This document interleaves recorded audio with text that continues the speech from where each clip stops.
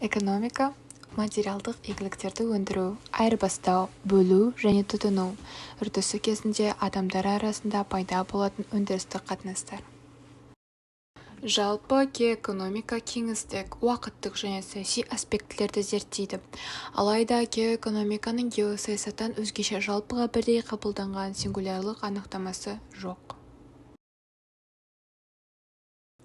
Табиғи ресурстардың негізінен пайдалы қазбалардың өндірісінде пайдаланатын бөлігі бұл шикізат.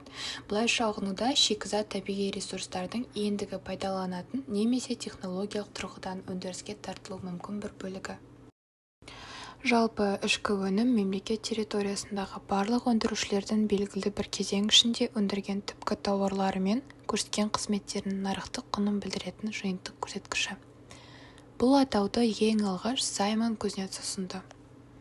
Жалпы ішкі өнім қорытынды макроэкономикалық көрсеткіштердің бірі.